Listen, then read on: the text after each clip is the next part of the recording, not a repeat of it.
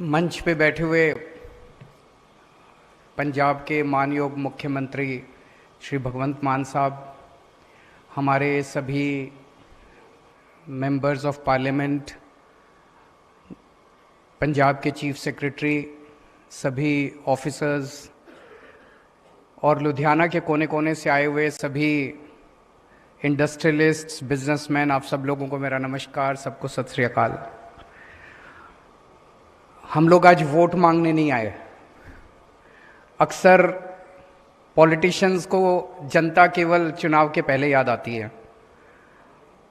और पॉलिटिशियंस जनता के बीच में केवल और केवल वोट मांगने जाते हैं। पिछले 1.5 साल से आपके बीच में मान साहब कई बार आ चुके हैं और अभी कोई चुनाव नहीं है। जालंधर का चुनाव था, वो ख़त्म हो चुका है। आज हम आपके बीच में आपके काम करने के लिए आए हैं, आपकी समस्याएं सुनने के लिए आए हैं और आपके साथ कंधे से कंधा मिला के पंजाब का विकास करने के लिए आए हैं। आज हम वोट मांगने नहीं आए। अभी आदित्य जी ने एक जापान की बात की, काइजन शब्द की, वो कंटिन्यूस इम्प्रूवमेंट, उससे मुझे अपने एक पुरानी कहानी याद आ गई। मैंने आईआईटी खड़गपुर से मैकेनिकल इंजीनियरिंग की थी। 1989 में मैंने पास आउट किया था। इंजीनियरिंग में 3 साल के बाद आपको ऑन द जॉब ट्रेनिंग करने के लिए कहीं जाना पड़ता है किसी कंपनी में। तो 88 में मारुति उद्योग में मैंने ट्रेनिंग की थी 1-1.5 महीने की, और उस टाइम मारुति नई नई आई थी देश में, तो उसमें जापानीज़ का इंटरवेंशन बहुत था। बहुत सारे जापानी उसमें काम किया करते थे। वहाँ पे एक स्कीम थी, सजेशन बॉक्स स्कीम। जगह जगह बक्से लगे हुए थे और उस पर लिखा हुआ था सजेशन बॉक्स स्कीम। जापानियों का ये मानना था कि जो वर्कर शॉप फ्लोर पे काम कर रहा है, सबसे ज़्यादा उसको उसकी जानकारी है कि उस प्रोसेस को इम्प्रूव कैसे किया जा सकता है। बड़े बड़े मैनेजर, चेयरमैन, एमडी वगैरह, जितने जनरल मैनेजर हैं, उनको नहीं पता कि प्रोसेस को इम्प्रूव कैसे किया जा सकता है। जो सबसे नीचे एक वर्कर काम कर रहा है, उसको पता है कि अगर ये इम्प्रूवमेंट कर दें तो फैक्ट्री का इतना फायदा हो सकता है, या प्रोसेस को ऐसे बचाया जा सकता है, समय ऐसे बचाया जा सकता है। तो कोई भी उसमें सजेशन बॉक्स स्कीम में अपनी पर्ची डाल सकता था और फिर उन पर्चियों को सबसे टॉप मैनेजमेंट जो है, सीएमडी वगैरह, बैठ के उसको पढ़ते थे। किसी वर्कर ने भी अगर कोई पर्ची डाल दी तो उसको वो सीएमडी पढ़ता था। सीएमडी और टॉप के मैनेजर्स बैठ के पढ़ा करते थे और फिर उसका आकलन होते थे। जिस वर्कर के सुझाव पे सबसे ज़्यादा बचत होती थी कंपनी को, उसको फिर कैश अवार्ड दिया जाता था। तो एक सुझाव पढ़ा जाता था उसमें। हम लोगों ने देखा है, जब हम लोग सरकारी दफ्तरों में जाते हैं, कई सरकारी दफ्तरों में इस तरह के बक्से दिखाई देते हैं, सुझाव पेटी लिखा होता है ना, सुझाव पेटी। उसमें आप डाल दो, कोई नहीं पढ़ता, खुलती नहीं है वो पेटी। महीने 2 महीने खुलती नहीं है, अगर अभी खुलती है तो कोई पढ़ता नहीं है उसको। अभी 1.5-2 महीने पहले भगवंत मान साहब ने अखबारों में बड़े बड़े ऐड देके एक नंबर जारी करा। उस नंबर पे उन्होंने कहा, भाई पंजाब के जितने व्यापारी हैं, जितने इंडस्ट्रियलिस्ट्स हैं, अगर आपके कोई सुझाव है तो आप अपने सुझाव दीजिए। जैसा कि अभी चीफ सेक्रेटरी साहब ने बताया, लगभग 1,500 सुझाव आए। ये जो भगवंत मान साहब का नंबर था, ये कोई मामूली ऐरी गैरी किसी सरकारी सुझाव पेटी नहीं है। ये जापानी सजेशन बॉक्स स्कीम है। जापान की जैसे सजेशन बॉक्स स्कीम है कि एक सुझाव पढ़ा जाता है। यहाँ पे जितने आपके 1,500 सुझाव आए, एक सुझाव को चीफ सेक्रेटरी और चीफ मिनिस्टर ने खुद बैठ के पिछले 2 महीने में पढ़ा और पढ़ने के बाद उसके ऊपर निर्णय लिया। और वो निर्णय देने के बाद आज जो 58 अनाउंसमेंट, पॉलिसी अनाउंसमेंट्स जो किए गए हैं, एक पॉलिसी अनाउंसमेंट आप लोगों के सुझाव के ऊपर लिया गया है। कहने का मतलब केवल ये है कि हम आपके साथ कंधे से कंधा मिला के काम करना चाहते हैं, आपके सुझावों के हिसाब से हम आगे बढ़ना चाहते हैं। मैं परसों आया था पंजाब, परसों हम लोगों ने अमृतसर में एक शानदार स्कूल का उद्घाटन किया, उसके बारे में भी मैं चर्चा करूंगा। कल हम लोगों ने 2 जगह इसी तरह से इंडस्ट्रियलिस्ट के साथ मुलाकात की। किसी को यकीन नहीं हो रहा कि बिना चुनाव के, बिना इसके कैसे मुख्यमंत्री, और दिल्ली से भी मुख्यमंत्री, 2 मुख्यमंत्री शहर शहर में जाके लोगों से बात कर रहे हैं, इंडस्ट्रियलिस्ट से बात कर रहे हैं। आज तक कभी ऐसा हुआ ही नहीं था। किसी को यकीन नहीं हो रहा कि कभी ऐसा हुआ था कि पहले सुझाव मांगे गए और फिर इंडस्ट्रियलिस्ट के बीच में बिना चुनाव के, इंडस्ट्रियलिस्ट से की याद पहले तभी आती थी जब चुनाव के टाइम में पैसे की जरूरत होती, फंड रेजिंग के लिए बुलाते थे, अदरवाइज कोई नहीं बुला। किसी को यकीन नहीं हो रहा कि इस तरह का काम। हमारी सरकार बनी, हमने पंजाब की इंडस्ट्री के तौर पे क्या इनहेरिट किया पंजाब में? हमने इनहेरिट किया, कल अमृतसर में थे हम लोग, अमृतसर में स्टील और फाउंड्री की इंडस्ट्री काफी हुआ करती थी। वहां पे एक व्यक्ति ने खड़े होकर हमें बताया, जी पहले 822 यूनिट होती थी, उनमें से केवल 126 बची हैं, अब बाकी सारी पंजाब से उठ के बाहर चली गई। ये हमने इनहेरिट किया कि सारी इंडस्ट्री पंजाब की, पंजाब छोड़ छोड़ के कोई मध्य प्रदेश जा रहा है, कोई हिमाचल प्रदेश जा रहा है, कोई कहीं जा रहा है, कोई कहीं जा रहा है। अभी कुछ लोगों ने अपनी बातों में कहा कि उनकी पॉलिसीज अच्छी हैं। बात केवल पॉलिसी की नहीं है, पॉलिसी हम भी अच्छी बनाएंगे, आप चिंता ना करो, आज तो ये शुरुआत है। ऐसी पॉलिसी बनाएंगे आप भूल जाओगे सबको। पॉलिसीज हम भी अच्छी बनाएंगे, बात पॉलिसीज की नहीं है।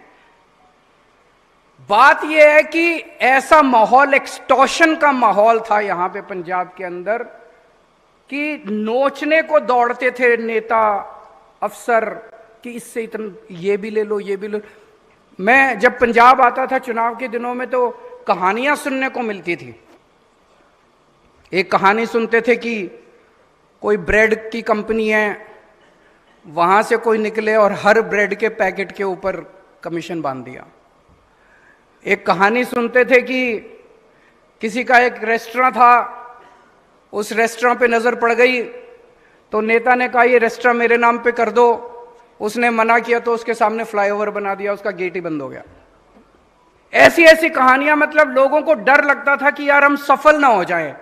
अगर हम सफल हो गए तो हमारा पता नहीं हमारे से कितने पैसे फिरौती मांगेंगे, कितना लोग अपनी इंडस्ट्री उठा उठा के पंजाब के बाहर ले जा रहे थे।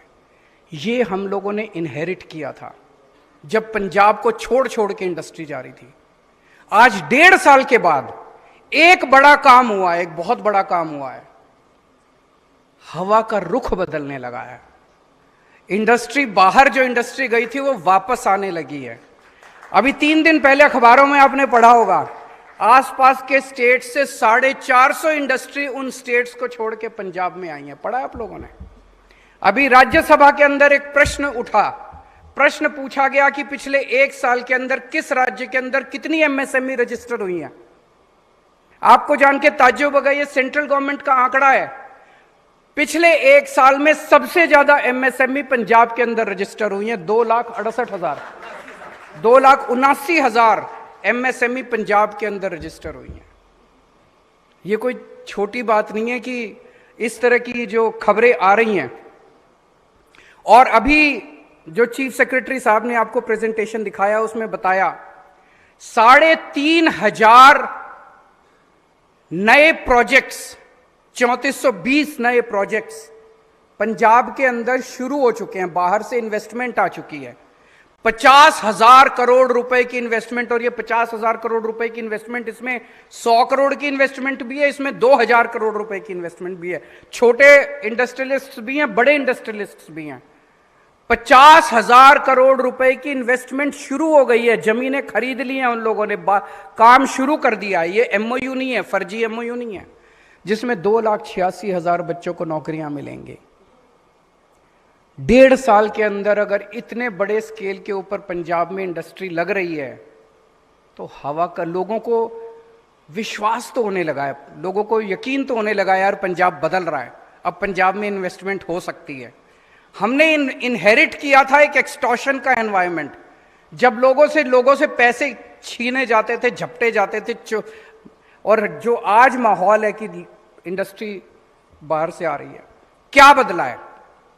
आज पंजाब के अंदर जब हमने इनहेरिट किया था, लॉ एंड ऑर्डर की सिचुएशन बहुत खराब थी। लोगों को फोन आते थे फिरौती के।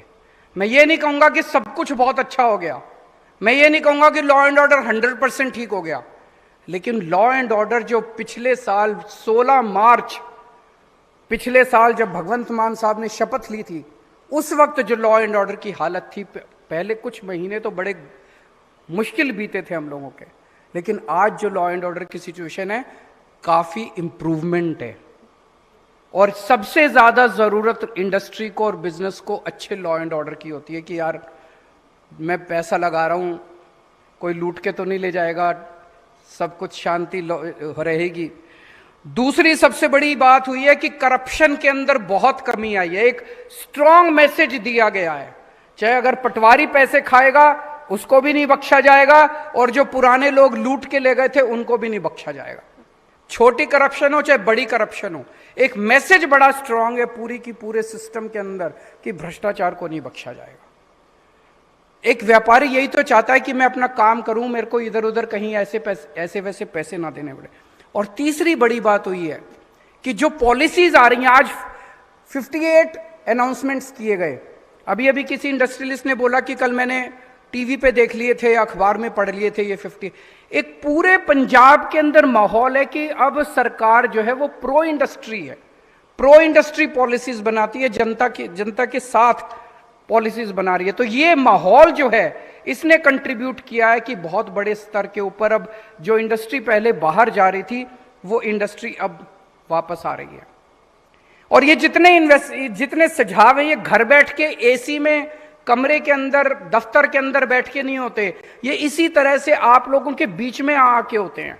अभी जैसे हम बड़े खुश हो रहे थे, ग्रीन स्टैम्प पेपर जो वो लाए गए, मैंने पर्सनली, मैं पूरे देश के अंदर खूब घूमता हूं, जगह जगह मैं गया हूं, कई सरकारों ने सिंगल विंडो सिस्टम, कोई सिंगल विंडो नहीं होता। कहने को सिंगल विंडो होता है और उसके बाद कई विंडो होती हैं, मतलब चक्कर काट काट के आदमी का दिमाग खराब हो जाता है। ये ग्रीन स्टैम्प पेपर एक बड़ा रेवोल्यूशनरी और इनोवेटिव तरीका है सिंगल विंडो करने का। आप ग्रीन स्टैम्प पेपर अप्लाई करो और आपको सारी मिल जाती हैं। लेकिन अभी किसी ने यहां बताया कि इसमें एक दो कमियां हैं, ये भी कमियां पूरी करेंगे। वो पता ही नहीं चलता अगर आज हम आपके बीच में नहीं आते कि इसमें भी एक दो कमियां रह गई हैं। रोजगार पोर्टल अभी उन्होंने जो कहा, ये इसी तरह की दिल्ली के अंदर मैं ऐसे इंडस्ट्रियलिस्ट के साथ मीटिंग कर रहा था, उन्होंने कहा जी हमें रोजगार नहीं, हमें स्किल्ड मैन पावर नहीं मिल रही, हमारे पास स्किल्ड मैन, दिल्ली जैसी जगह में उनको स्किल्ड मैन पावर नहीं मिल रही। और मैं जब युवाओं से बात करता हूं, युवाओं कहते हैं नौकरी नहीं मिल रही। तो ये कहीं ना कहीं तो दिक्कत है, युवा बेरोजगार बैठे हैं, घर बैठे हैं, उनको नौकरी नहीं मिल रही और इंडस्ट्री वालों को स्किल्ड मैन पावर नहीं मिल रही। तब हमने डिसाइड किया कि एक पोर्टल बनाया जाए जिसमें इन दोनों को मैचिंग कराई जाए, जो नौकरी ढूंढ रहा है और जो नौकरी चाहिए देने वाला है, इन दोनों को अगर मैचिंग। तो ये जब आप लोगों के साथ ही घर बैठ के ये सुझाव नहीं आ सकते, आप लोगों के साथ बैठ के ही आएंगे। आज बहुत अच्छे अच्छे और सुझाव आए हैं और कई सारे सुझाव आए हैं, एक एक व्यक्ति ने 10-10 और सुझाव दिए। तो दो किस्म के विचार अभी निकल के आए यहां पे। एक, कुछ लोगों ने कहा कि जी आप नई इन्वेस्टमेंट तो ला रहे हो लेकिन एग्जिस्टिंग इंडस्ट्री को बचा लो। एक विचार ये है कि एग्जिस्टिंग इंडस्ट्री को बचा लो, और एक विचार आपने दिया कि रिफ्लेक्टर, चाइना को हमने रिफ्लेक्टर के मामले में हमने डिफीट कर दिया। और जो चाइना से रिफ्लेक्टर आया करता था वो चाइना वालों को, अब चाइना वाले अपना बोरिया बिस्तर बांध के हमने उनको डिफीट कर दिया।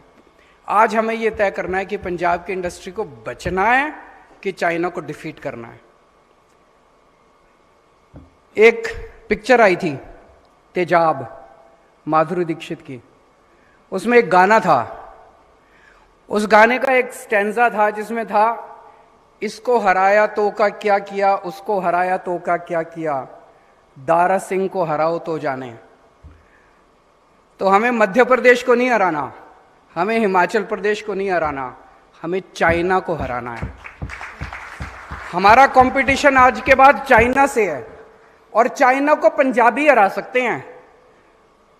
मैं और किसी को कम नहीं आकर, हमारे देश के अंदर बहुत टैलेंट है, लेकिन अगर कोई शुरुआत होगी तो वो पंजाब से होगी। जब हम चाइना के साथ कंपटीशन करेंगे तो पंजाब सबसे पहले उसमें आगे होगा।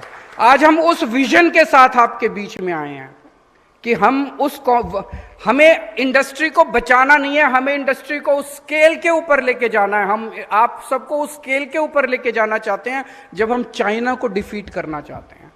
चाइना के प्रोडक्ट्स के साथ मैं मानता हूं, अभी यहां पे किसी ने कहा जी यहां पे प्रोडक्ट डेवलपमेंट इतना स्लो होता है, इसको फास्ट करेंगे ना।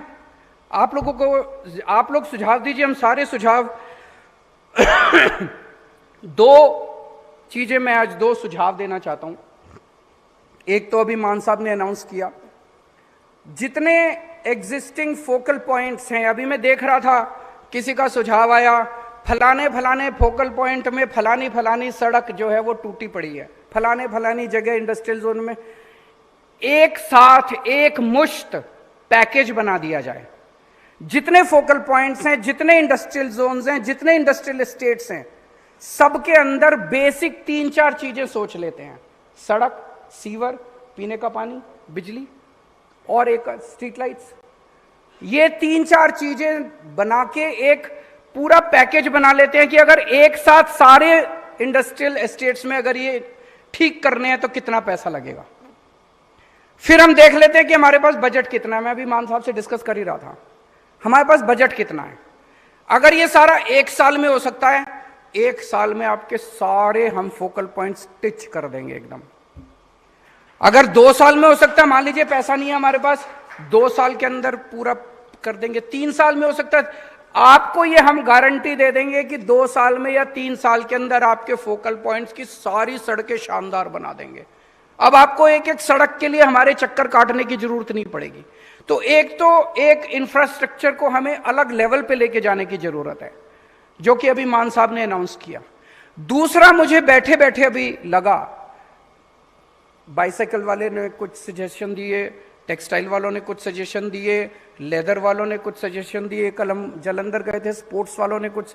अगर हम सेक्टर वाइज आप लोगों की कमेटी बना दें, अभी हमने कमेटी बनाई थी अफसरों की, अफसरों को भी उतना नहीं पता जितना अफसर जब पढ़ते हैं, सजेशन पढ़ते हैं, तो उसको लगता है अरे यार ये तो बड़ी छोटी सी चीज है, इसको छोड़ो। पर वो छोटी चीज ने आपकी तो जिंदगी हराम कर रखी है कि नहीं है? अगर तो the wearer knows where the shoe pinches. अगर हम सेक्टर वाइज 5-5, 10-10 इंडस्ट्रियलिस्ट्स की एक कमेटी बना दे जिसमें 1-2 अफसर इन्वॉल्व हों, और वो कंटिन्यूस बेसिस पे काम करेगी कमेटी, ऐसे नहीं कि वंस इन अ वाइल हमारा इंटरेक्शन होगा, महीने में एक बार मिलेंगे, आप 2 महीने में एक बार मिलेंगे। जितने आपके पॉइंट्स हैं वो सारे पॉइंट्स एक साथ एक बार में सरकार के नॉलेज में आए, अगली बार जब मिले नई जो प्रॉब्लम आ रही हैं वो नई चीजें फिर सरकार सॉल्व करे। और ये प्रोसेस जो है सरकार के साथ आपके इंटरेक्शन का, it should not be once in a while और a one off process, it has to be a continuous process. मुझे लगता है ये होगा तभी हम लोग चाइना से कंपीट कर पाएंगे।